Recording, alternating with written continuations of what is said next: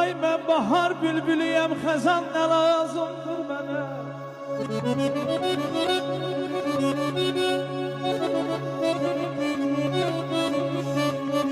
Mən bahar bülbülüyəm, xəzan nə lazımdır mənə? Günüm keçir ah ilə, hicran nə lazımdır mənə?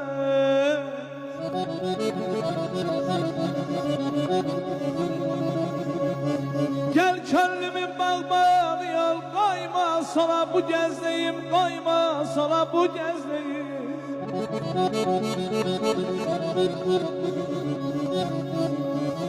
Gel könlümün bağbanı yol, koyma sola bu gezleyim.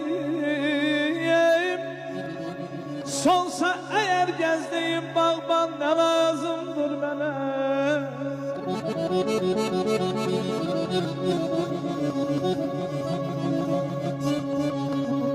Xəstəyəm insaf eyle, gel bir çare kıl bu yazık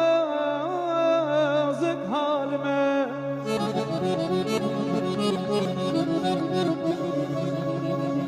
Xəstəyəm insaf eyle, bir çare kıl bu yazık halime. Senden gayri güzelim olman ne lazımdır bana?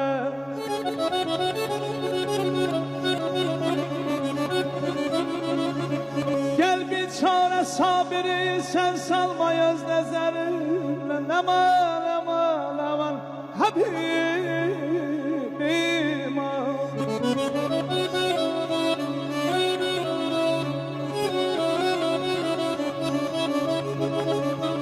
Heyrem gel bir çare sabiri sen salmayız nəzərimlə.